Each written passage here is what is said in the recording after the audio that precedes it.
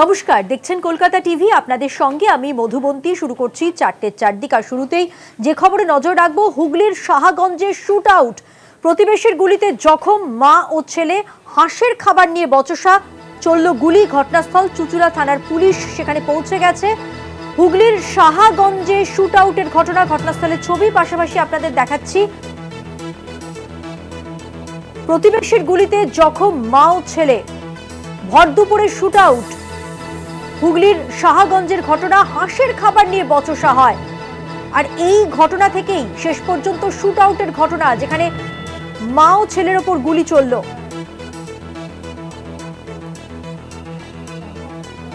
হুগলিতে গুলি চলল হাঁসের জন্য। পুকুর থেকে গুগলি তোলা নিয়ে তুমুল বচসা। বাড়ির সামনে কেন নোংরা করছে, এই নিয়ে শুরু ঝগড়া। রাগের জেরে মা ছেলেকে গুলি চালিয়ে দিলেন প্রতিবেশী। সুভদ্রা বসু ও তার ছেলে সুরজিৎ বসু আহত হয়েছেন। ইতিমধ্যেই আহতদের চুঁচুড়া ইমামবাড়া হাসপাতালে নিয়ে যাওয়া হয়েছে। ঘটনার তদন্তে চন্দননগর পুলিশের গোয়েন্দারা।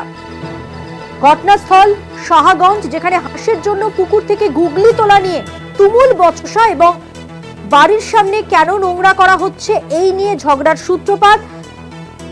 এবং এরপরই শুট আউটের ঘটনা, যেখানে মা ও ছেলেকে গুলি চালানো হয়। প্রতিবেশীরা গুলি চালায়। সুভদ্রা বসু ও তার ছেলে সুরজিৎ বসু আহত।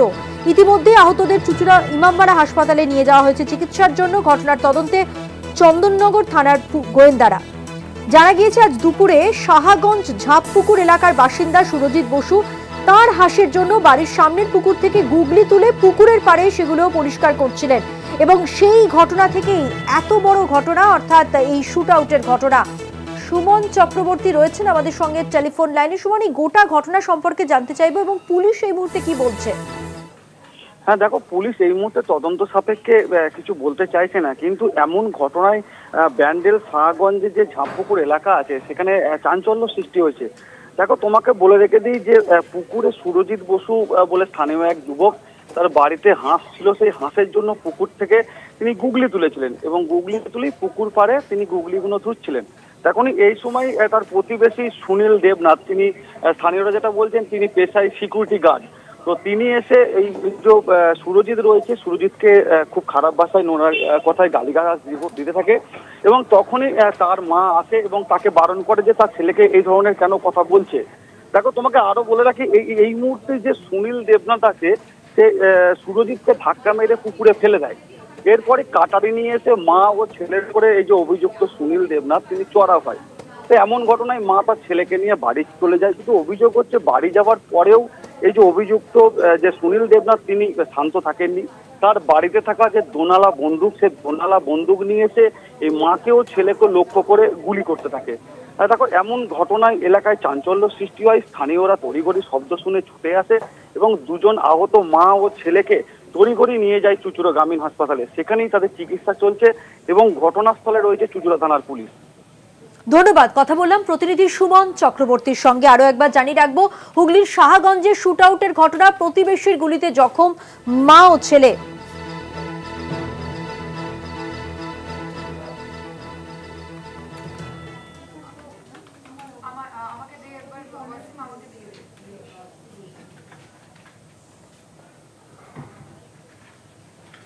নজর রাখবো চাঁচলের খবরে। 8 দিন নিখোঁজ থাকার পর উদ্ধার ইঞ্জিনিয়ারিং ছাত্রের দেহ। ফরাক্কার গঙ্গার ঘাট থেকে উদ্ধার হয়েছে দেহ। ট্রেনে করে কলেজ যাওয়ার পথে নিখোঁজ হয়ে যায় ওই ছাত্রী। এবার আত্মহত্যা নাকি খুন তদন্তে পুলিশ। 8 দিন নিখোঁজ, উদ্ধার ইঞ্জিনিয়ারিং ছাত্রীর দেহ। ফরাক্কার গঙ্গার ঘাট থেকে দেহ উদ্ধার হয়েছে। 8 দিন নিখোঁজ থাকার পর উদ্ধার ইঞ্জিনিয়ারিং ছাত্রীর দেহ। প্রতিনিধি রুহুল আমিন রয়েছেন আমাদের সঙ্গে টেলিফোন লাইনে। রুহুল, এই ঘটনা নিয়ে পরিবারের কি বক্তব্য, পুলিশ কি বলছে, সব মিলিয়ে এই মুহূর্তে কি পরিস্থিতি? দেখো মধুবন্তী, তোমাকে জানিয়ে রাখবো, মালদার হরিশ্চন্দ্রপুর থানার বারোদুয়ারির এলাকার বাসিন্দা দীপ্তি ভগত, বয়স 20 বছর, গত রবিবার বাড়ি থেকে বের হন কলেজ যাওয়ার উদ্দেশ্যে। এবং কুলিক এক্সপ্রেস যে ট্রেনটি রয়েছে হরিশ্চন্দ্রপুর থেকে রামপুরহাট, কিন্তু তার টিকিট ছিল এবং মাঝপথেই কিন্তু পরে ফারাক্কা রেলওয়ে স্টেশন, সেখানে কিন্তু তাকে দেখতে পাওয়া যায় এবং সেই সিসিটিভি ফুটেজ কিন্তু আমাদের সামনে এসেছে এবং তারপর থেকেই তাকে নিখোঁজ বলে কিন্তু এলাকায় কিন্তু একটা চাপা সৃষ্টি হয় এবং তার পরিবার পরিজন কিন্তু হরিশ্চন্দ্রপুর থানায় লিখিত অভিযোগ করেছিলেন এবং গত 8 দিন পর, গত 2 দিন আগে কিন্তু তাদের পরিবারের কাছে একটা মেসেজ এসেছিল। সেই মেসেজে কিন্তু বলা হয়েছিল যে আপনাদের মেয়ের যদি খোঁজ পান বা সন্ধান যদি চান তাহলে আপনাদের একটা টাকার একটা দাবি করা হয়েছিল পরিবারের তরফে এবং সেই কথা তারা যখন মেসেজের মাধ্যমে জানতে পারেন এবং সাথে সাথে কিন্তু হরিশ্চন্দ্রপুর থানায় যোগাযোগ করেন এবং সেখানে পুলিশকে কিন্তু জানান যে অচেনা একটা নাম্বার থেকে মেসেজ আসে, সেখানে তারা ফোনের দাবি করে এবং তার 24 ঘন্টা পার হওয়ার পরেই কিন্তু ফারাক্কা থেকে উদ্ধার হলো এই ছাত্রীর দেহ এবং তাকে ঘিরে কিন্তু রীতিমতো চাঞ্চল্য ছড়িয়েছে গোটা এলাকা জুড়ে এবং এই মুক্তিপণ পাওয়ার পরে কিভাবে এই ছাত্রীর দেহ উদ্ধার হলো এবং পচা গলো দেহ যে নদীর পাশ থেকে কিন্তু ধার থেকে উদ্ধার হয়েছে, তো একে নিয়ে কিন্তু প্রশ্ন তুলতে শুরু করেছেন পরিবারের লোকেরা যে আত্মহত্যা নাকি খুন, এই নিয়ে কিন্তু এখনো ধন্দে রয়েছে পরিবার এবং পুলিশের উপর কিন্তু আস্থা করে রেখেছেন এবং পুলিশ সঠিক তদন্ত করবে বলে কিন্তু জানিয়েছেন পরিবার পরিজনেরা। মধুবন দিদি, ধন্যবাদ। কথা বললাম প্রতিনিধি রুহুল আমিনের সঙ্গে। 8 দিন নিখোঁজ থাকার পর শেষ পর্যন্ত উদ্ধার ইঞ্জিনিয়ারিং এর ছাত্রীর দেহ। ফরাক্কার গঙ্গার ঘাট থেকে উদ্ধার হয়েছে দেহ। কে বা কারা এই ঘটনা ঘটিয়েছে তা নিয়ে তদন্ত হচ্ছে।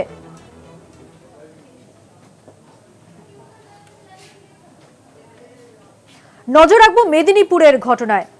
মেডিকেল কলেজে ভর্তি এই মুহূর্তে 3 জন প্রসূতি যারা আশঙ্কাজনক এসএসকেএম এ স্থানান্তর করা হয়েছে। তাদের এবারকে গ্রিন করিডোর করে নিয়ে আসা হচ্ছে এসএসকেএম এ তাদের চিকিৎসার জন্য, এমনটাই জানানো হয়েছে পশ্চিম মেদিনীপুরের মুখ্য স্বাস্থ্য আধিকারিকের পক্ষ থেকে। 2 জন প্রসূতি ভেন্টিলেশনে রয়েছেন, গ্রিন করিডোরে নিয়ে আসা হচ্ছে এসএসকেএম এ।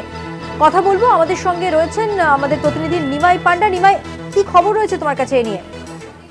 মধ্যে যে স্যালাইনে নিয়ে অভিযোগ এবং স্যালাইনের জন্য মৃত্যু হয়েছে এক প্রসূতির এবং তার সঙ্গে আরো কয়েকজন প্রসূতি অসুস্থ হয়েছেন বলে অভিযোগ ওঠে এবং তা নিয়ে শোরগোল পড়ে গিয়েছে সারা রাজ্যে। যে 3 জন এখন ভর্তি রয়েছেন মেদিনীপুর মেডিকেল কলেজ এবং হাসপাতালে, তাদের মধ্যে 2 জন ভেন্টিলেশনে রয়েছেন এবং একজন আইসিইউতে রয়েছেন। এই 3 জনকেই আজকে এসএসকেএম একটি বৈঠক হয়, বিশেষ বৈঠক, যেখানে স্বাস্থ্য সচিব নারায়ণ স্বরূপ নিগম তিনি ছিলেন এবং যে 13 সদস্যের একটি বিশেষ কমিটি গঠন করা হয়েছে এই ঘটনা তদন্ত করার জন্য, যাতে কলকাতা মেডিকেল কলেজের মেডিসিনের হেড সৌমিত্র ঘোষ, এসএসকেএম এর যিনি কার্ডিওলজিস্ট সরোজ মন্ডল এবং অন্যান্যরা ছিলেন। তাছাড়া মিদনাপুর মেডিকেল কলেজের প্রিন্সিপাল এবং সিএমওইচ তারাও এসেছিলেন। এই বৈঠক হয় এবং বৈঠক শেষে সৌম্য শঙ্কর সরঙ্গী, সিএমওইচ মিদনাপুর পশ্চিম মেদিনীপুর, তিনি জানান যে এই 3 জনের স্বাস্থ্যের উপর গুরুত্ব দেওয়া হচ্ছে, চিকিৎসার উপর গুরুত্ব দেওয়া হচ্ছে, যেহেতু তাদের এখন ডায়ালিসিসের প্রয়োজন হয়ে পড়েছে এবং রক্তের রোহিত কণিকা ভেঙে যাচ্ছে, বিভিন্ন ধরনের সমস্যা রয়েছে। তার জন্য এসএসকেএম কে ঠিক করা হয়েছে, যেহেতু এখানে মাল্টি সুপার স্পেশালিটি হাসপাতাল, এখানে ইউরোলজি ডিপার্টমেন্ট রয়েছে, নেফ্রোলজি ডিপার্টমেন্ট রয়েছে, গাইনি দরকার রয়েছে, ক্রিটিক্যাল কেয়ার রয়েছে, ভেন্টিলেটর রয়েছে, ফলে এদেরকে গ্রিন করিডোর করে নিয়ে আসা হবে, সেরকম একটা প্রস্তুতি নেওয়া হচ্ছে। তবে সবটাই নির্ভর করছে যে medical board Medinipur medical college রয়েছে তাদের সিদ্ধান্তের উপর, কারণ এই অবস্থা আনা যাবে কিনা সেটাও একটা বিবেচ্য বিষয়। একটা বিষয় নিয়ে জানতে চাইবো, যে 2 জনকে ভেন্টিলেটরে দেওয়া হয়েছে, যারা ভেন্টিলেশনে রয়েছেন, তাদেরই কি এসএসকেএম এ স্থানান্তর করার কথা ভাবা হয়েছে? হ্যাঁ দেখো, একেবারে মধ্যমধ্যে তাদেরও ভাবা হচ্ছে, কারণ ভেন্টিলেটর যুক্ত যে অ্যাম্বুলেন্স সেটা পাওয়া যায় এবং সেটা তার জোগাড় করা হচ্ছে। 3 জনকেই এরকম ক্রিটিক্যাল কেয়ার যুক্ত বা ভেন্টিলেটর যুক্ত যে অ্যাম্বুলেন্স তাতে করে নিয়ে আসা হবে এবং যদি আনা হয় সেক্ষেত্রে চিকিৎসক থাকবেন, প্যারামেডিক্যাল স্টাফ তারা থাকবেন এবং যেহেতু এই প্রসেসটা একটা জটিল প্রসেস, এক হাসপাতাল ভেন্টিলেটর থেকে নিয়ে আবার অ্যাম্বুলেন্সে নিয়ে আসা ভেন্টিলেটরে এবং আবার এসএসকেএম এসে তাদেরকে আবার ভেন্টিলেটর দেওয়া, পুরো বিষয়টা একটা জটিল বিষয়। পরে সেই যাতে তার কোন ত্রুটি হয় সেটা দেখা হচ্ছে। এবং আরো তোমাকে জানিয়ে রাখি যে বিশেষ তদন্ত কমিটি ছিল, তারা আগামীকালই রিপোর্ট জমা দেবেন মেদিনীপুরের মেডিকেল এই ঘটনার পেছনে কি কারণ থাকতে পারে। যদিও শুধু স্যালাইন বা নয়, তার সঙ্গে অন্য কোনো বিষয়ের জন্য এই মৃত্যুর ঘটনা বা অসুস্থ হওয়ার ঘটনা ঘটেছে কিনা সেই দিকগুলো খতিয়ে দেখছেন চিকিৎসকরা বা এই তদন্ত কমিটি। ধন্যবাদ নিমাই। কথা বললাম প্রতিনিধি নিমাই পান্ডার সঙ্গে। জানিয়ে রাখবো, গ্রিন করিডোর করে নিয়ে আসার ব্যবস্থা করা হচ্ছে এসএসকেএম এ যারা সংকটজনক তাদেরকে। একই দিনে অস্ত্রোপচার করিয়ে সন্তানের জন্ম দেওয়া 5 জন প্রসূতি অসুস্থ হয়ে পড়েছিলেন মেদিনীপুর মেডিকেল কলেজে। আমরা জানি ইতিমধ্যে একজনের মৃত্যু হয়েছে, 2 জন ভেন্টিলেটরে রয়েছেন। মেদিনীপুর মেডিকেল কলেজ হাসপাতালের প্রসূতিদের নিম্নমানের স্যালাইন দেওয়ার অভিযোগ উঠেছে। ইতিমধ্যেই স্যালাইন থেকেই সংক্রমণ, যার জন্যই অসুস্থ তারা।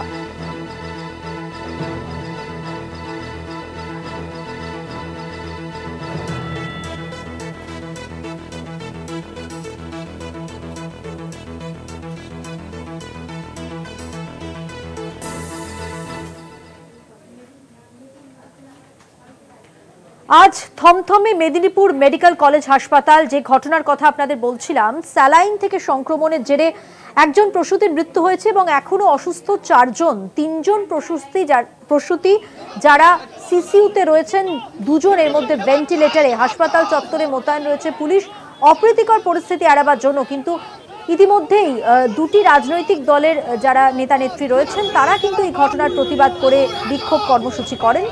একই সঙ্গে দুটি ছবি আপনারা দেখতে পাচ্ছেন, একদিকে বামেদের বিক্ষোভের ছবি, একদিকে বিজেপির বিক্ষোভের ছবি। প্রসূতি মৃত্যুতে বামেদের প্রতিবাদ মিছিল মেদিনীপুর মেডিকেল কলেজ হাসপাতালে, পাশাপাশি বিজেপি তারাও কিন্তু এই ঘটনার প্রতিবাদ করে বিক্ষোভ কর্মসূচি পালন করেন। প্রতিনিধি সঞ্জিত দাস রয়েছেন আমাদের সঙ্গে টেলিফোন লাইনে। এই কর্মসূচি সম্পর্কে জানতে চাইবো, কি জানতে পারছো? একদমই তাই। গত পরশুদিন থেকে যে এখানে একটা গন্ডগোল সৃষ্টি হয়েছে, সেইটার আজকে গতকালও বিক্ষোভ হয়েছে এবং আজকেও বিভিন্ন রাজনৈতিক দল, তার মধ্যে বাম সংগঠনের একটা ওরা বিক্ষোভ দেখিয়েছে এবং তার সঙ্গে বিজেপিও বিক্ষোভ দিয়েছে। প্রথমে বিজেপির পক্ষ থেকে মেদিনীপুর মেডিকেল কলেজ হাসপাতালের মেন গেটে একদম বসে গিয়ে বিক্ষোভ দেখানো হয় পতাকা নিয়ে, এবং তার সাথে তারা পুতুল ফ্লেক্স নিয়ে টানাটানি করে এবং মমতা ব্যানার্জির ছবি পুরানো ব্যবস্থা পর্যন্ত করেছিল এখানে দাঁড়িয়ে, এবং সেখানেও প্রচন্ড বিক্ষোভ দেখায়। তার সাথে কিন্তু বাম সংগঠনের তরফ থেকেও কিন্তু ওটা হসপিটাল চত্বরে মিছিল করে বিক্ষোভ দেখানো হয় এবং সেও কিন্তু মেন গেটে, আরেকটা যে মেন গেট আছে সেখানেও কিন্তু রাস্তা অবরোধ করে অনেকক্ষণ ধরে বসেছিল এবং বেশ ঘন্টাখানেকের মতো অবরোধ করে আছে। পরে তারা সিদ্ধান্ত নেয় যে সুপারকে পদত্যাগ করতে হবে। সেই দাবি নিয়ে তারা ওইখান থেকে মিছিল করে মেদিনীপুর রিং রোড হয়ে কিছুটা গিয়ে কিন্তু মেদিনীপুর যে কোতালি থানা আছে সেই থানাতে যায় এবং থানাতে গিয়ে তারা ডেপুটেশন দেয় লিখিত, এবং তারপরেও কিন্তু তারা থানার বাইরে এসে মমতা ব্যানার্জির পুতুল দাহ করে। এইভাবে তারা কিন্তু সারাদিন ধরে আজকে বিক্ষোভ কর্মসূচি চালিয়ে গেছে। ধন্যবাদ সঞ্জীব। কথা বললাম প্রতিনিধি সঞ্জীব দাসের সঙ্গে। দুটি বিক্ষোভের ছবি পাশাপাশি আপনারা দেখতে পাচ্ছেন, একদিকে বামেদের বিক্ষোভ কর্মসূচি, অন্যদিকে বিজেপির বিক্ষোভ কর্মসূচি। প্রসূতি মৃত্যুর ঘটনায় এই বিক্ষোভ। মীনাক্ষী মুখোপাধ্যায়ের কি বক্তব্য শোনাবো এবার।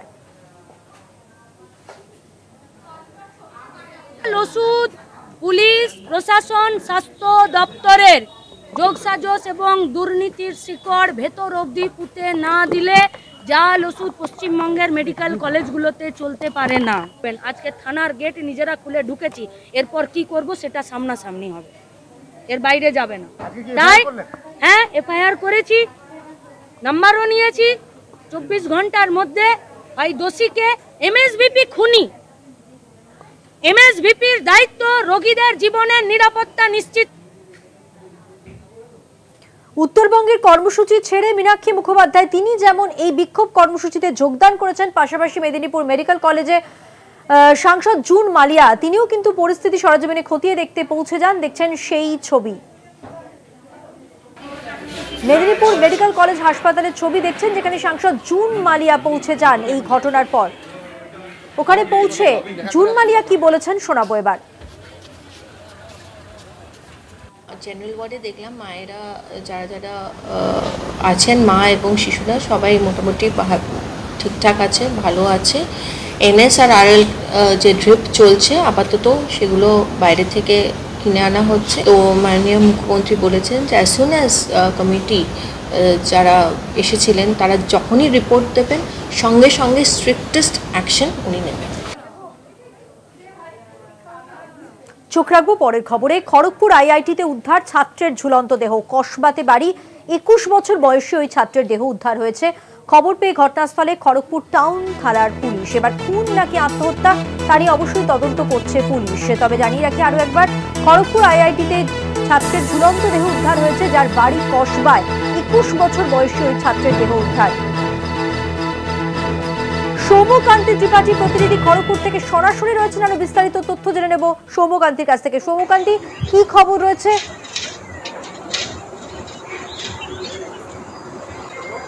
হ্যাঁ, জানিয়ে রাখি খড়গপুর আইআইটিতে ফের ছাত্রের ঝুলন্ত মৃতদেহ উদ্ধার হয়েছে। যেটা খবর পাওয়া গেছে সেটা আজকে দুপুরবেলা খড়গপুরে শাওয়ান মালিক, 21 বছর বয়স, ইলেকট্রিক্যাল ইঞ্জিনিয়ারিং এর 3য় বর্ষের ছাত্র। কসবার রাজডাঙ্গা এলাকাতে তার বাড়ি বলে জানা গিয়েছে এবং আজকে কসবা থেকে ওর পরিবারের সদস্যরা, বাবা মা সহ পরিবারের সদস্যরা ওর সঙ্গে দেখা করতে গিয়েছিল এবং যেটা জানা যাচ্ছে ভেতর থেকে সেটা হচ্ছে যে ওই দেখা করতে যাওয়ার সময় যখন ও রুমে গিয়ে দরজা খুলে দেখে, দরজা ধাক্কা মেরে যখন খুলে দেখে তখনই দেখে যে ওই রুমের মধ্যেই ঝুলন্ত অবস্থায় রয়েছে শাওয়ান, এবং শাওয়ান মালিক ঝুলন্ত অবস্থায় ওই রুমের মধ্যে রয়েছে এবং তারপরেই বিষয়টি নিয়ে তোড়জোড় শুরু হয়ে যায় এবং শোরগোল পড়ে এলাকায়। খবর দেওয়া হয় খড়গপুর টাউন থানায়।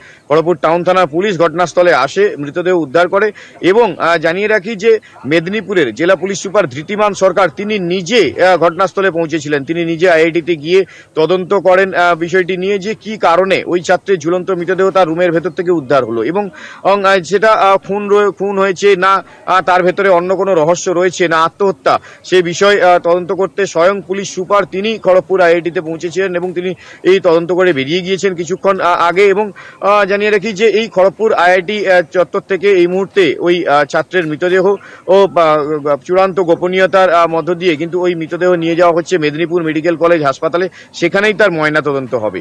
তোমাকে জানিয়ে রাখি এর আগেও একবার আর ফয়জল আহমেদ বলে একজন অসমের এক ছাত্রের এইরকমই মৃতদেহ উদ্ধার হয়েছিল এবং তারপরেই জানা যায় প্রথমে আত্মহত্যা বলে চালানো হলেও পরে কিন্তু হাইকোর্ট থেকে শুরু করে মামলা করার পরেই যখন দ্বিতীয়বার তার ময়না তদন্ত হয় তখন জানা গিয়েছিল যে তাকে খুন করা হয়েছে এবং সেই মামলা এখনো চলছে। তার মাঝে আবারও কসবার শাওয়ান মালিক 21 বছরের এই সেই সময় তারা দেখতে পান এই পরিস্থিতি, সেই জায়গা থেকে পরিবারের পক্ষ থেকে কি বলা হচ্ছে, তারা কি মনে করছেন? হ্যাঁ, তোমাকে জানিয়ে রাখি এই মুহূর্তে আমরা কেউই কিন্তু তার পরিবারের সঙ্গে দেখা করতে পারিনি, কেননা আমাদের কাউকেই খড়গপুর আইআইটি ক্যাম্পাসের মধ্যে ঢোকার অনুমতি দেওয়া হয়নি। আমরা ভেতর থেকে যেটা জানতে পেরেছি পরিবারের সদস্যরা, তারা বাবা মা থেকে অন্যান্য সদস্যরা তারা গিয়েছিলেন আজকে ওই ছাত্রের সঙ্গে দেখা করার কথা ছিল, রবিবার ছুটির দিনে ওই ছাত্রের সঙ্গে দেখা করতে তারা বাড়ি থেকে গিয়েছিল এবং তারপরেই ওরা নিজেরাই দরজা খুলে যখন দেখে ছাত্রের ঝুলন্ত মৃতদেহ ভেতরে রয়েছে এবং তারপরেই বিষয়টি নিয়ে কিন্তু শোরগোল শুরু হয়। এখনো পর্যন্ত পরিবারের কারোর সাথেই আমাদের কথা বলার সুযোগ হয়নি, কারণ তারা এখনো খড়গপুর, তারা প্রত্যেকেই কিন্তু মুখে কুলু পেটেছেন। এই মুহূর্তে আইআইটির পক্ষ থেকে কোনো রকম কোনো প্রেস রিলিজ বা কোনো তথ্য আমাদেরকে জানানো হচ্ছে না। আমরা যতবারই যোগাযোগ করার চেষ্টা করেছি পিআরও থেকে শুরু করে আইআইটি কর্তৃপক্ষের সঙ্গে, কেউই ফোন তোলেননি এবং এই বিষয়ে কোনো জবাব দেওয়া হচ্ছে না। এই মুহূর্তে কড়া পুলিশি নিরাপত্তার মধ্য দিয়ে ওই মৃতদেহ ও ময়নাতদন্তের জন্য মেদিনীপুর মেডিকেল কলেজের উদ্দেশ্যে রওনা দিয়েছে। ধন্যবাদ। কথা বললাম প্রতিনিধি সৌম্যকান্তি ত্রিপাঠীর সঙ্গে।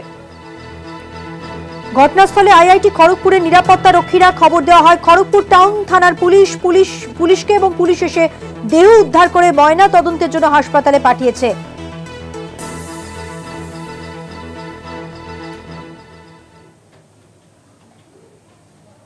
এই খবরের দিকে আমাদের নজর থাকবে, চোখ রাখবো পরবর্তী খবরে। কাউন্সিলর সুশান্তকে গুলিকাণ্ডে গ্রেফতার করা হয়েছে, আরো একজনকে গুলিকাণ্ডে মোহাম্মদ আদিল হোসেন নামে গ্রেফতার একজন। দুবাই থেকে কলকাতায় ফিরতেই গ্রেফতার করা হয়, গ্রেফতার করে লালবাজারের গুন্ডা দমন শাখা। কাউন্সিলর সুশান্ত ঘোষকে গুলিকাণ্ডে গ্রেফতার আরো এক। দুবাই থেকে কলকাতায় ফিরতেই তাকে গ্রেফতার করা হয়েছে, পুলিশের কাছে খবর ছিল এবং সেই অনুযায়ী তাকে গ্রেফতার করা সম্ভব হয়েছে। লালবাজারের গুন্ডা দমন শাখা গ্রেফতার করেছে।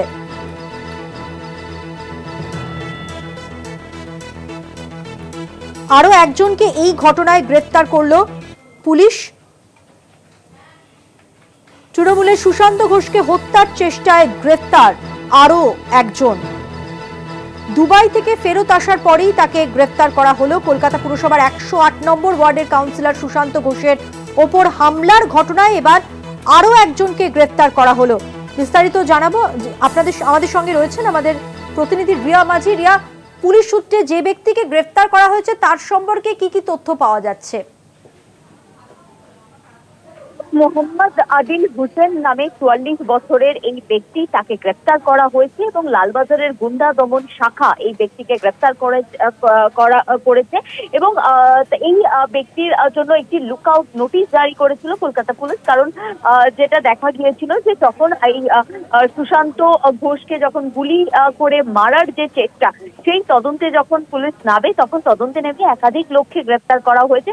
সেখানে বিহার থেকে আরম্ভ করে কলকাতার বাসিন্দা বিভিন্ন যে এই যে প্ল্যানিং প্লটিং এর সঙ্গে যারা যুক্ত ছিল, এদের মধ্যে অনেককে গ্রেফতার করা সম্ভব হয়েছে এবং সেখানেই কিন্তু পুলিশ তারা জানতে পারে যে এখানেই একজন কুখ্যাত ব্যক্তি তার যোগ রয়েছে এবং তার যে অ্যাসোসিয়েট যারা রয়েছে তারাই কিন্তু এই পুরো প্ল্যানিং প্লটিং এর সঙ্গে যুক্ত রয়েছে, তাদেরকে ভাড়া করা হয়েছিল। এবং তারপরেই কিন্তু পুলিশ জানতে পারে এই ব্যক্তির কথা, যে মোহাম্মদ আদিল হোসেন এই ব্যক্তি কলকাতায় এসেছিল, রেকি করে গিয়েছে এই সুশান্তকে যেদিনকে মারার ঘটনাটা ঘটে ঠিক তার 1 থেকে 2 মাস আগে এই ব্যক্তি এসেছিল কলকাতায় বলে এমনটাই জানা গিয়েছে। এবং ইতিমধ্যেই এই ব্যক্তিকে গতকাল রাতে ইমিগ্রেশন থেকে কলকাতা পুলিশের কাছে খবর আসে। কারণ যেটা জানা যায় যে এই ব্যক্তি অর্থাৎ এই আদিল হোসেন যে ব্যক্তি সে দুবাইতে ছিল, দুবাইতে পালিয়ে যায় এবং সেখান থেকে যখন কলকাতায় গতকালকে নামে রাত্রিবেলা, সেই দিনকেই কিন্তু তখনই ইমিগ্রেশন থেকে কলকাতা পুলিশকে জানানো হয়, যেহেতু লুকআউট নোটিশ জারি ছিল তার বিরুদ্ধে। এবং তারপরেই তাকে আটক করা হয় ইমিগ্রেশনে এবং আজকে তাকে গ্রেফতার করা হয়েছে এবং আজকে কোর্টে প্রডিউস করা হয়েছে। 25 জানুয়ারি অব্দি পুলিশ কাস্টাডি পেয়েছে। ধন্যবাদ রিয়া। কথা বললাম প্রতিনিধি রিয়া মাঝির সঙ্গে। আরো একবার জানিয়ে রাখবো, কলকাতা পুরসভার 108 নম্বর ওয়ার্ডের কাউন্সিলর সুশান্ত ঘোষের হামলার ঘটনায় আরো একজনকে গ্রেফতার করা হলো। এই ঘটনার সঙ্গে যুক্ত মিডলম্যান হিসেবে আদিলকে গ্রেফতার করেছে পুলিশ। অভিযুক্ত আদিল বিহারের পাপ্পু চৌধুরী গ্যাং এর সদস্য বলে জানা গিয়েছে। পুলিশের দাবি, গোটা ঘটনায় আসল মাস্টারমাইন্ড এই আদিলই।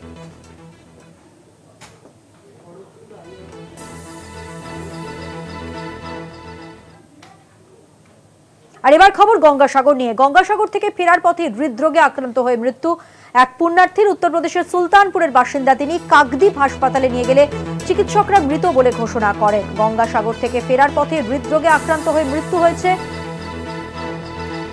পুণ্যার্থী, উত্তরপ্রদেশের সুলতানপুরের বাসিন্দা। কাকদ্বীপ হাসপাতালে তাকে নিয়ে যাওয়া হয় এবং সেখানে চিকিৎসকরা মৃত বলে ঘোষণা করেন। প্রতিনিধি কোয়েল মন্ডল আরো বিস্তারিত তথ্য তুলে ধরবেন। কোয়েল, কি খবর রয়েছে? একেবারেই মধুবন্তীটি দেখো, আজ সকালেই কিন্তু এই গঙ্গাসাগর মেলা 2025-এর এখনো পর্যন্ত প্রথম মৃত্যুর খবর উঠে আসছে। গঙ্গাসাগরে পুণ্যস্থানে এসে পুণ্যস্থান ছেড়ে ফেরার পথে কিন্তু এক পুণ্যার্থীর মৃত্যু হয়েছে। প্রশাসন সূত্রে যেমন জানা গিয়েছে, গঙ্গাসাগর থেকে পুণ্যস্থান ছেড়ে ফেরার পথে হৃদরোগে আক্রান্ত হয় ওই পুণ্যার্থী এবং তিনি মারা গিয়েছেন। তিনি অদেশ সিং তেওয়ারি, 59 বছর বয়স, উত্তরপ্রদেশের সুলতানপুর জেলার বচ্চনপুর গ্রামের বাসিন্দা। গত 8 তারিখ 5 জন আত্মীয় সঙ্গে গঙ্গাসাগরে এসেছিলেন। তারপর গঙ্গাসাগর থেকে ফিরে গিয়ে আজ দুপুরে নামখানা বাস স্ট্যান্ডে তিনি অপেক্ষা করছিলেন এবং সেখানেই তিনি হঠাৎ করে অসুস্থ হয়ে পড়েন। তড়িঘড়ি সেখানে চিকিৎসক পৌঁছে তার প্রথম প্রাথমিক চিকিৎসা শুরু করেন, কিন্তু অবস্থার অবনতি হওয়ায় খবর দেওয়া হয় প্রশাসনকে। পুলিশ পৌঁছে উদ্ধার করে অ্যাম্বুলেন্সে করে তড়িঘড়ি ওই ব্যক্তিকে পাঠানো হয় কাকদ্বীপ মহকুমা হাসপাতালে। সেখানে নিয়ে গেলে চিকিৎসকেরা তাকে মৃত বলে ঘোষণা করে। এখনো পর্যন্ত গঙ্গাসাগর মেলায় এই মৃত্যু একেবারেই কিন্তু প্রথম মৃত্যু বলে প্রশাসন সূত্রে খবর। ধন্যবাদ কোয়েল। কথা বললাম প্রতিনিধি কোয়েল মন্ডলের সঙ্গে।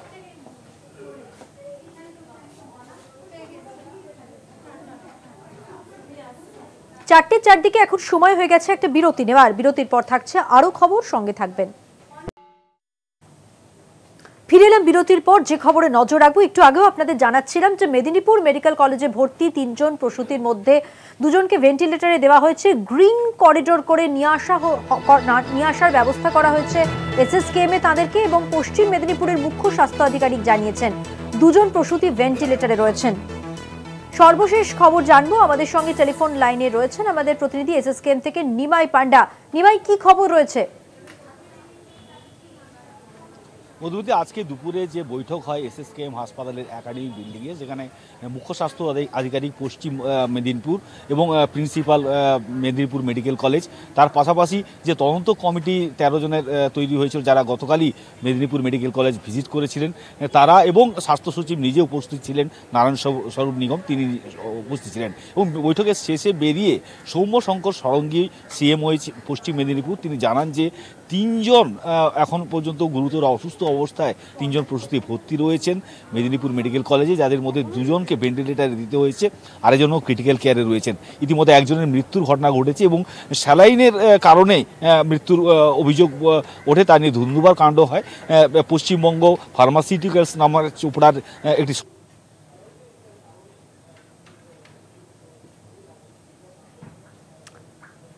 যান্ত্রিক কারণে তুলে ধরছিলেন আমাদের প্রতিনিধি নিমাই পান্ডা। সেখানে একটা বিষয় তো স্পষ্ট যে এসএসকেএমে নিয়ে আসা হচ্ছে সংকটজনক অবস্থার শারীরিক অবস্থা, সেই কারণেই এই সিদ্ধান্ত।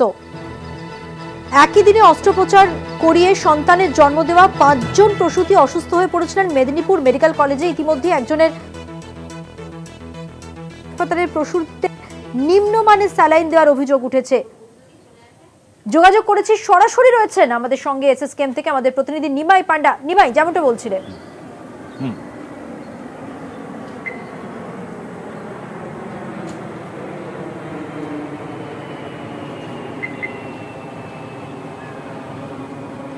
দেখো, এই যে স্যালাইন যার বিরুদ্ধে অভিযোগ মধুমতি, সেই স্যালাইন ড্রাগ কন্ট্রোল ব্যুরো তারা টেস্টিংয়ের জন্য পাঠিয়েছেন, তাতে অক্সিটোসিন আছে কিনা সেটাও খতিয়ে দেখা হচ্ছে।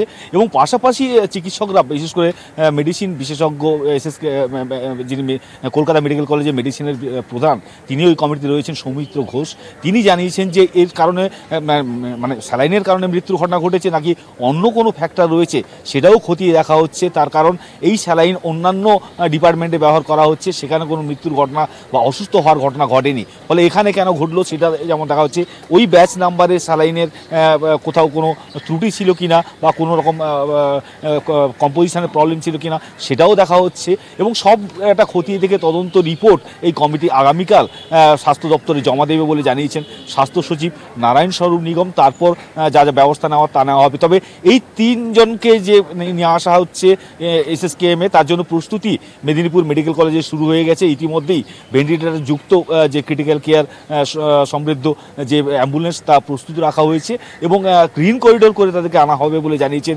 সিএমওইচ। কারণ এদের যে নিয়ে আসার প্রসেসটা সেটা খুব জটিল, কারণ ভেন্টিলেটার রয়েছেন, সেখান থেকে অ্যাম্বুলেন্সের ভেন্টিলেটার এবং তারপর আবার এসএসকেএম হাসপাতালের ক্রিটিক্যাল কেয়ারের যে ভেন্টিলেটার সেখানে স্থানান্তরিত করতে হয়।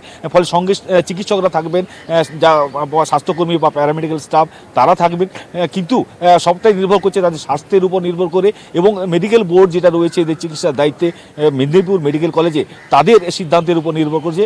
সব মিলিয়ে যাতে মাল্টি সুপার স্পেশালিটি এসএসকেএমে গাইনি, নেফ্রোলজি, ইউরোলজি, কারণ এই রোগীদের প্রসূতিদের ভেন্টিলেটার পাশাপাশি যে ডায়ালিসিস তারও দরকার হয়ে পড়ছে, লোহিত রক্তকণিকা বা হিমোগ্লোবিন ভেঙে যাচ্ছে এমনটা জানা যাচ্ছে। ফলে সব মিলিয়ে গুরুতর অসুস্থ রয়েছে, তাদের আরও যাতে ট্রিটমেন্ট দেওয়া যায় সেটাই প্রাথমিক লক্ষ্য রাখা হয়েছে এবং সেই অনুযায়ী গ্রিন করিডোর করে কলকাতায় এসএসকেএম হাসপাতালে আনার জন্য প্রস্তুতি শুরু হয়েছে। যে লক্ষণগুলোর কথা তুমি বলছো যে হিমোগ্লোবিন বেড়ে যাচ্ছে, চিকিৎসকরা কি বলছেন, ঠিক কি কারণে এতটা জটিল পরিস্থিতি তৈরি হলো, ওই প্রসূতিদের শারীরিক অবস্থা এতটা অবনতি হলো, স্যালাইনের সংক্রমণ, এটাই আমরা প্রাথমিকভাবে জানতে পেরেছি।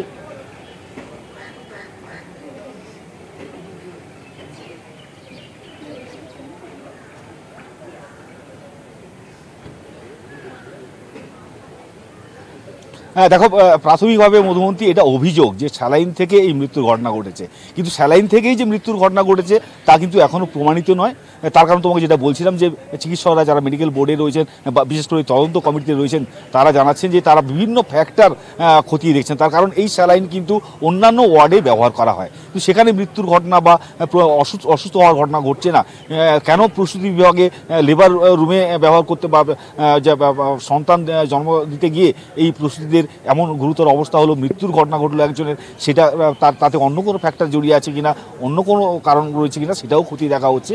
এবং স্ক্যানারে রয়েছে অবশ্যই লেবার রুম এবং সেখানে ব্যবহৃত অন্যান্য ওষুধপত্র বা যা যা ব্যবহার করা হয়েছিল সেগুলো সব কিছুই স্ক্যানারে রয়েছে, সেগুলোও খতিয়ে দেখা হচ্ছে। এবং সব মিলিয়ে এখনই যে স্যালাইনের জন্য এই মৃত্যু হয়েছে এটা কিন্তু তদন্ত কমিটি তারা বলছেন না, তারা বলছে তারা সমস্ত দিক খতিয়ে দেখছেন, আগামীকাল তারা রিপোর্ট দেবেন, সেই রিপোর্টের ভিত্তিতে পরবর্তী পদক্ষেপ ঠিক করা হবে। ধন্যবাদ নিমাই। কথা বললাম সরাসরি এসএসকেএম থেকে ছিলেন আমাদের প্রতিনিধি নিমাই পান্ডা তার সঙ্গে, এবং যেমনটা তিনি জানিয়ে দিলেন যে সমস্ত শারীরিক অবস্থা খতিয়ে দেখে এসএসকেএম এ স্থানান্তরের কথা সিদ্ধান্ত নেওয়া হয়েছে।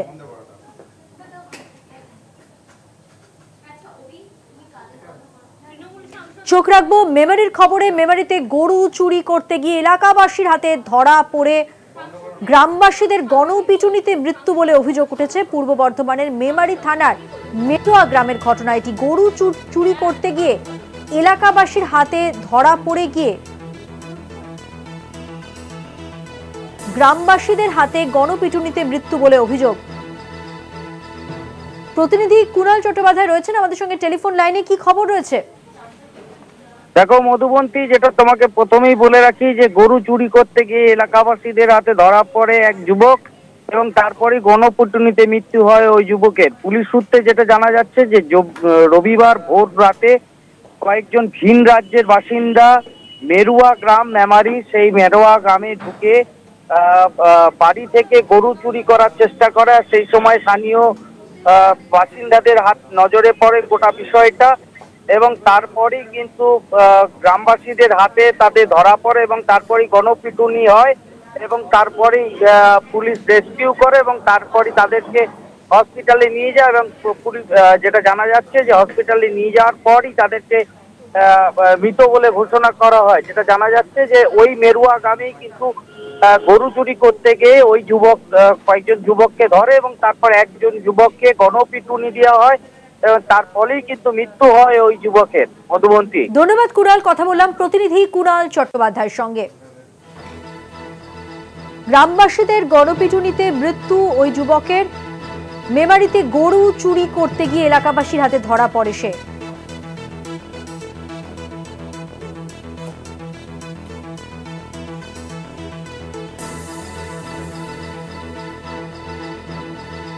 পূর্ব বর্ধমানের মেমারি থানার মেরুয়া গ্রামের ঘটনা এটি।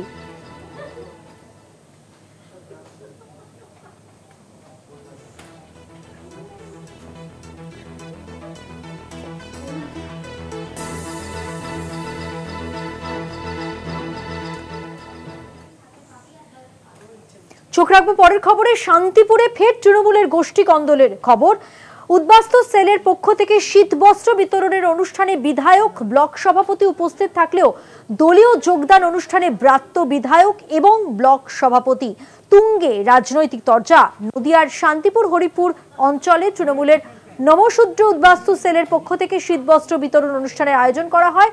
প্রথমে ব্লক সভাপতি এবং বিধায়ক উপস্থিত থাকলেও তারা বেরিয়ে যাওয়ার পর হঠাৎই একটি দলীয় যোগদান কর্মসূচি অনুষ্ঠিত হয় উদ্বাস্তু সেলের জেলা সভাপতি অরূপ মণ্ডলের হাত ধরে।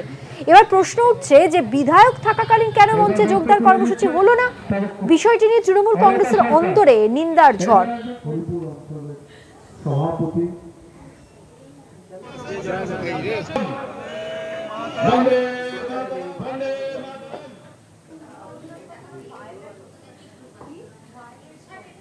চোখ রাখবো পরের খবরে। গঙ্গাসাগর মেলায় বিদেশি পুণ্যার্থীদের ঢল। 21টি দেশের 80 জন ভক্ত এসেছেন সাগর মেলায়।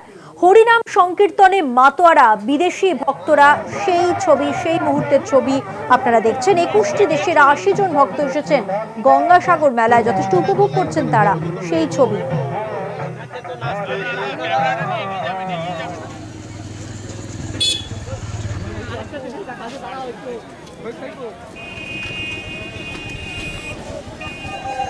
গঙ্গাসাগর মেলায় বিদেশি ভক্ত সমাগম। 21টি দেশের 80 জন ভক্ত এসেছেন এই অনুষ্ঠানে যোগদান করতে। হরিনাম সংকীর্তনে মাতোয়ারা তাঁরা।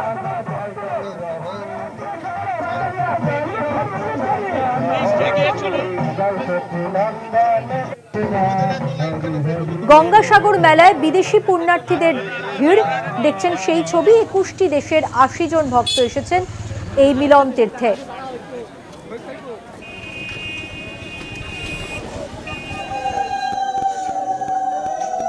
চলছে গঙ্গাসাগর মেলা। বিভিন্ন দেশের বাসিন্দারা এসেছেন গঙ্গাসাগর মেলায় যোগদান করতে। মোট 21টি দেশ থেকে এসেছেন 80 জন ভক্ত।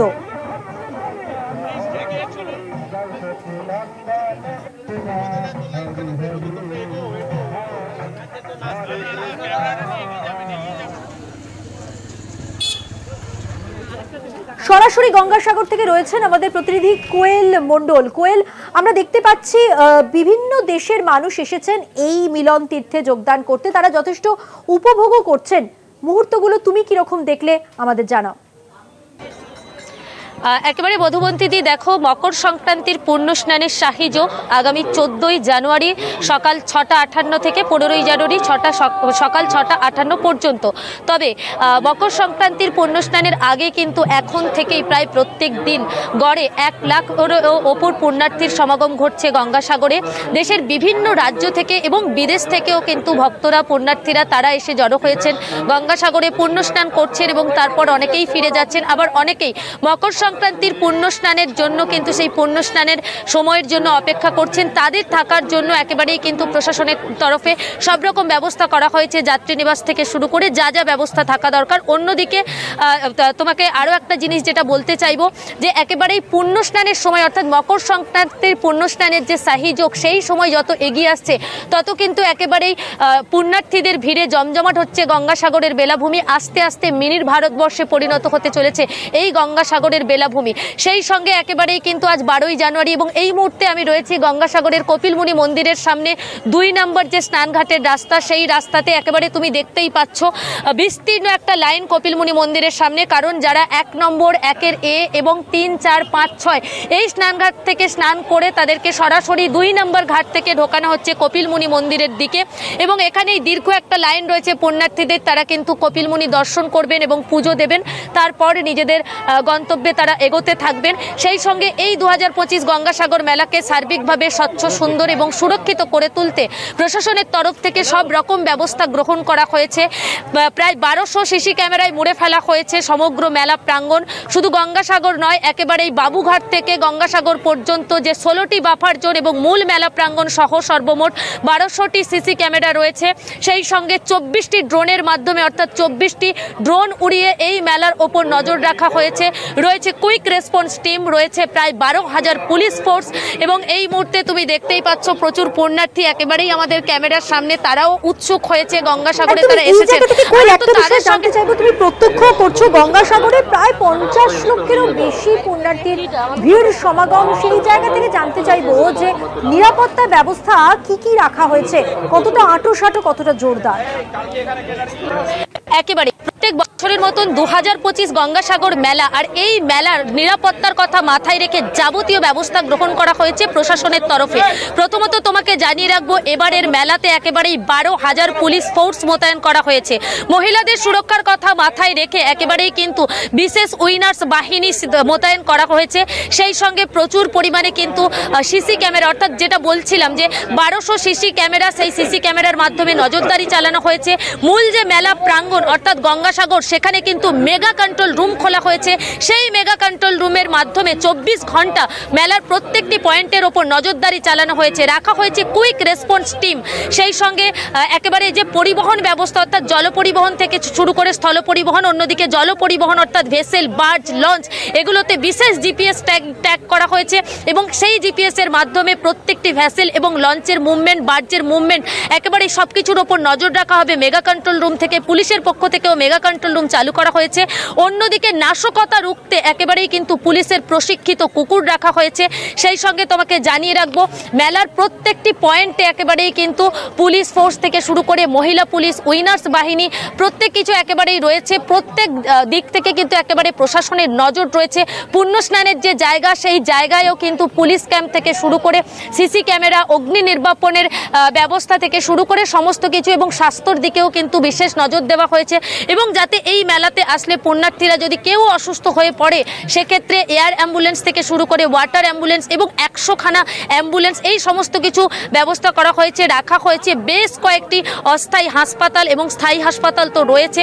দ্রুততার সঙ্গে যাতে পুণ্যার্থীরা অসুস্থ হলে তাদের দ্রুততার সঙ্গে কলকাতাতে স্থানান্তরিত করা যায় তার জন্য এয়ার অ্যাম্বুলেন্সের ব্যবস্থা করা হয়েছে। অর্থাৎ বলাই যায় যে 2025 গঙ্গাসাগর মেলাকে একেবারেই কিন্তু সুরক্ষিত করে তুলতে যে সিকিউরিটির কথা আমরা বারবার বলছিলাম সেই দিকে কিন্তু একেবারেই তৎপর রয়েছে প্রশাসন। যাবতীয় ব্যবস্থা গ্রহণ করা হয়েছে। এখন শুধুমাত্র সময়ের অপেক্ষা পুণ্যস্নান অর্থাৎ যে মকর সংক্রান্তির পুণ্যস্নানের কিন্তু সেই সময় শুধুমাত্র অপেক্ষা।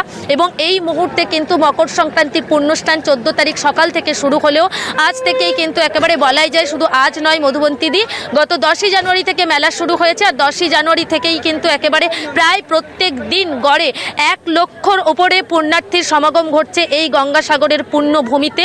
এবং ধীরে ধীরে কিন্তু মকর সংক্রান্তির পুণ্যস্নানের সময় যতটা এগিয়ে আসছে তত কিন্তু এই গঙ্গাসাগর একেবারে বিচ্ছিন্ন দ্বীপ সেটা কিন্তু আস্তে আস্তে মিনি ভারতবর্ষে পরিণত হতে শুরু করেছে। ধন্যবাদ কোয়েল। কথা বললাম আমাদের প্রতিনিধি কোয়েল মণ্ডলের সঙ্গে, যিনি সরাসরি ছিলেন গঙ্গাসাগর চত্বর থেকে।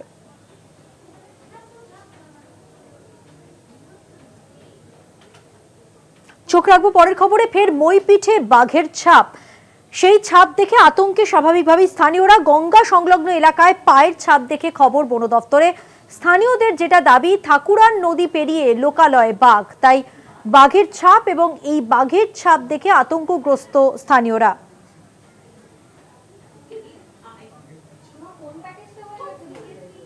প্রতিনিধি রাজু দাস রয়েছেন টেলিফোন লাইনে। রাজু, কি খবর রয়েছে? গঙ্গার ঘাট এলাকায় গ্রামের লোকরা যখন দেখতে পায় সেখানে কিন্তু বাঘের পায়ের ছাপ তড়িঘড়ি তারা বন দপ্তরকে খবর দেয় এবং বন দপ্তরকে খবর দিতে বন দপ্তর আসে এবং তারা চিনতে পায়ের ছাপ দেখে সিদ্ধান্ত নেয় যে এলাকাটায় বাঘ থাকতে পারে সেই এলাকাটাকে ঘিরে ফেলার চেষ্টা করেছে। 3 দিক ঘিরে ফেলা হয়েছে এবং মূল যে নদী সেই নদীর দিকটাই কিন্তু ফাঁকা রাখা হয়েছে যাতে রাত পাহারা এবং বাজি ফাটিয়ে সেখানে কিন্তু এলাকা থেকে বাঘকে তাড়ানোর ব্যবস্থা। বন দপ্তর প্রথমে সিদ্ধান্ত নিয়েছে যে আগে আজকের রাতটা দেখবে এবং সেখানে রাত পাহারার ব্যবস্থা করে সেই বাঘটিকে আবার গভীর জঙ্গলে যাতে ফিরে আসতে যায় তার ব্যবস্থা করবে। অপরদিকে গ্রামের মানুষরা তারা কিন্তু যথেষ্ট চিত্ত এবং তাদের বারবার দাবি করছে যে এইভাবে এলাকায় বাঘ চলে আসছে কেন সেটা নিয়েই তারা প্রশ্ন তুলেছে এবং বন দপ্তরের পক্ষ থেকে বাঘটি যাতে সুস্থভাবে স্বাভাবিকভাবে তার জেলায় ফিরে যেতে পারে সেটাই দিকে নজর দিয়েছে। একদিকে বন দপ্তর, অপরদিকে মইপিঠ কোস্টাল থানা পুলিশ তারা কিন্তু যৌথ প্রচার করছে, মানুষকে অযথা আতঙ্কিত হতে বারণ করছে এবং তারা যেন সন্ধ্যার পর থেকে নিরাপদ আশ্রয় থাকে সেই আবেদনই করছে। ধন্যবাদ রাজু। কথা বললাম প্রতিনিধি রাজু দাসের সঙ্গে। এবং মইপিঠে ফের বাঘের ভয়, যার জন্য যথেষ্ট ব্যবস্থা নেওয়া হচ্ছে। পায়ের ছাপ দেখে স্থানীয়দের যেটা দাবি, ঠাকুরান নদী পেরিয়ে লোকালয় সংলগ্ন জঙ্গলে ঢুকেছে 2টি রয়্যাল বেঙ্গল টাইগার। আর ইতিমধ্যেই খবর দেওয়া হয়েছে বন দফতরকে। এলাকায় বন দফতরের কর্মীরা পৌঁছেও গেছেন। দক্ষিণ 24 পরগনা জেলার কুলতলির মইপিঠে ফের বাঘের আতঙ্ক।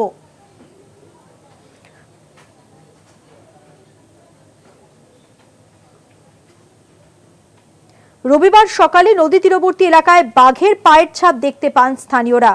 সেই পায়ের ছাপ থেকে তাদের দাবি, ঠাকুরান নদী পেরিয়ে লোকালয় সংলগ্ন জঙ্গলে ঢুকেছে বাঘ। আর ইতিমধ্যেই বন দপ্তরকে খবর দেওয়া হয়, বন কর্মীরা পৌঁছেও যান।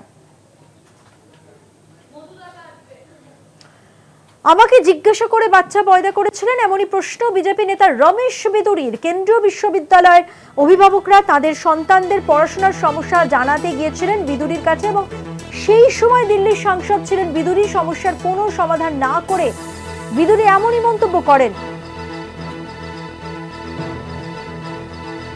শোনাবো কি মন্তব্য করেছেন তিনি। ঠিক बच्चे का भविष्य फीस भी ज्यादा ली जा रही है, स्कूल तो चलवाने पहले। हाँ बच्चे पैदा क्यों करेंगे, बच्चे का भविष्य फीस भी ज्यादा ली जा रही है, स्कूल तो चलवाने पहले। हाँ बच्चे पैदा क्यों करेंगे। আরো বিস্তারিত জানাচ্ছেন, আমাদের সঙ্গে টেলিফোন লাইনে রয়েছেন আমাদের প্রতিনিধি জয়ন্ত চৌধুরী। জয়ন্ত দা। হ্যাঁ, এই রমেশ বিদুরির এটা নতুন কিছু নয়। এর সম্প্রতি প্রিয়াঙ্কা গান্ধীকে নিয়েও একটি মন্তব্য করে তিনি বিতর্কে জড়িয়েছেন। এর আগে লোকসভাতেও তার আরেক সাংসদের বিরুদ্ধে ধর্মীয় বিষয় নিয়ে অত্যন্ত কুরুচিকর একটি মন্তব্য করেছিলেন, সেই নিয়েও তখন বিতর্ক হয়েছিল। এবার এটা বলা যেতে পারে সেই দেশ থেকে তৃতীয়বারে আবার সেই একই ধরনের ঘটনা। এবার একবারে সাধারণ মানুষকে তিনি রীতিমতো ক্ষোভ তৈরি করেছেন তার এই মন্তব্যে। তিনি কেন্দ্রীয় একটি বিদ্যালয়ের অভিভাবকরা যারা পড়ুয়া তাদের অভিভাবকরা বিভিন্ন বিষয় নিয়ে স্কুলের উন্নয়নের ব্যাপারে তারা কথা বলতে গিয়েছিলেন, তাদের কিছু অভিযোগ ছিল। সেই কথা শুনতেই হঠাৎ তিনি মেজাজ হারান এবং মেজাজ হারিয়ে অত্যন্ত কুরুচিকর ভাবে তিনি কি বলেছেন যে সেটা আমরা সবাই শুনেছি। এবং সব থেকে বড় কথা যে বারবার একজন সাংসদ, একজন বিজেপির নেতা তিনি এই কথা বলছেন এবং দিল্লির ভোটের মুখে দাঁড়িয়ে আমরা অবাক হব না। দিল্লি যেহেতু বিজেপি এর পেছনে কখনোই তাকে কোনোভাবে শাস্তি দেওয়া বা তাকে সেন্সার করার কোনো চেষ্টা করেনি, অর্থাৎ আমরা ধরে নিতে পারি একটা পরোক্ষ বা মদত রয়েছে যে তার এই মন্তব্যগুলোর পেছনে। এবং এইবারও সামনেই দিল্লির বিধানসভা নির্বাচন, সেই সময় দাঁড়িয়ে তিনি এই ধরনের মন্তব্য করলেন এবং এখনো পর্যন্ত আমরা শুনিনি যে বিজেপির পক্ষ থেকে সেই মন্তব্য নিয়ে কোনো কড়া প্রতিক্রিয়া বা তাকে কোনোভাবে সাবধান করে দেওয়ার কোনো চেষ্টা হয়েছে। ফলে বোঝা যাচ্ছে যে এটা একটা বিজেপিরই একটা যে বিভিন্ন রকম ভাবে তারা সামাজিক বিভাজনের যে কৌশল তারই একটি অঙ্গ। সেই কারণেই তিনি এই ধরনের একটা ঔদ্ধত্য দেখাতে পারেন, এই ধরনের একটি মন্তব্য যা সভ্য জগতের ভাষা নয় করা যেতে পারে, সেরকম একটি মন্তব্য করে হয়তো পার পেয়ে যাবেন। ধন্যবাদ। কথা বললাম প্রতিনিধি জয়ন্ত চৌধুরীর সঙ্গে।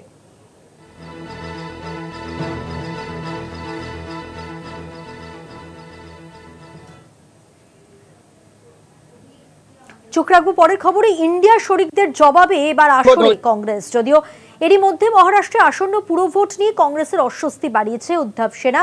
এর আগে ইন্ডিয়ার শরিক তৃণমূল, সমাজবাদী পার্টি, আরজেডির মতো দল কংগ্রেসের নেতৃত্ব নিয়ে প্রশ্ন তুলতে শুরু করে। প্রশ্ন ওঠে জোটের ভবিষ্যৎ নিয়ে। আত্মপক্ষের সমর্থনে ইন্ডিয়া গঠনের ব্যাখ্যা দিল কংগ্রেস। দেখুন। শুধুমাত্র লোকসভা ভোটের কথা ভেবে নয়, ভারতের আত্মা তার সংবিধান, তাকে রক্ষা করতেই ইন্ডিয়া মঞ্চ গঠিত হয়েছিল। গত কয়েকদিন যাবৎ শরিক দলগুলির সমালোচনার প্রেক্ষিতে এমনই দাবি করল কংগ্রেস। লোকসভা ভোটের পর ইন্ডিয়া মঞ্চ টিকিয়ে রাখার প্রয়োজনীয়তা নিয়ে প্রশ্ন তুলেছিলেন আরজেডি নেতা বিহারের প্রাক্তন উপমুখ্যমন্ত্রী তেজস্বী যাদব। তার আগেই জোটের মধ্যে সমন্বয়ের বদলে কংগ্রেসের আগ্রাসী মনোভাব নিয়ে তৃণমূল সরব হয়। প্রয়োজনে জোটে নেতৃত্বের ভার তুলে নিতে তিনি প্রস্তুত বলে মন্তব্য করেন বাংলার মুখ্যমন্ত্রী তথা তৃণমূল নেত্রী মমতা বন্দ্যোপাধ্যায়। তারপরেই আরজেডির সুপ্রিমো লালু প্রসাদ যাদব ইন্ডিয়ার নেতৃত্ব মমতার হাতে ছেড়ে দেওয়ার পক্ষে সওয়াল করেন। ঘটনাচক্রে দিল্লি বিধানসভা ভোটকে কেন্দ্র করে সমাজবাদী পার্টি, তৃণমূল, উদ্ধব সেনা, আপকে সমর্থন করার সিদ্ধান্ত নেয়। দিল্লির ত্রিমুখী লড়াইতে ইন্ডিয়ার দুই শরিক কংগ্রেস ও আপ মুখোমুখি। ফলে শরিকদের ভূমিকায় কংগ্রেস বস্তুত এক ঘরে। এরই মধ্যে মহারাষ্ট্রে আসন্ন পুরো ভোটে কংগ্রেসকে বাদ দিয়ে একক শক্তিতে লড়াই করার সিদ্ধান্ত নেওয়ায় অস্বস্তি বেড়েছে কংগ্রেসের। যদিও কংগ্রেসের বর্ষিয়ান নেতা সাংসদ মনীষ তিওয়ারির দাবি, দেশ ও সংবিধান বাঁচানোর উদ্দেশ্যে ইন্ডিয়ার জন্ম, স্রেফ লোকসভা ভোটের দিকে তাকিয়ে নয়। মনীষ ওই দাবি করলেও দিনে দিনে বিরূপ হওয়া শরিকের তালিকা দীর্ঘ হচ্ছে। জম্মু কাশ্মীরের মুখ্যমন্ত্রী ওমর আবদুল্লাহ, রাজ্যে তাঁর সঙ্গী কংগ্রেস। তা সত্ত্বেও ইন্ডিয়ায় শরিকদের সঙ্গে কংগ্রেস সমন্বয়ের অভাব নিয়ে সরব হয়েছেন। ফলে ক্রমশ জোটের অন্দরে আরও কোণঠাসা হয়ে পড়ছে কংগ্রেস। ইন্ডিয়া গঠনের উদ্দেশ্য স্মরণ করাতে বার্তা দিয়েও তার শরিকদের সামাল দিতে কংগ্রেস ব্যর্থ। কলকাতা টিভি। 4টের চারদিক আজকের মতো এ পর্যন্তই। দেখতে থাকুন কলকাতা টিভি, রাত দিন 7 দিন।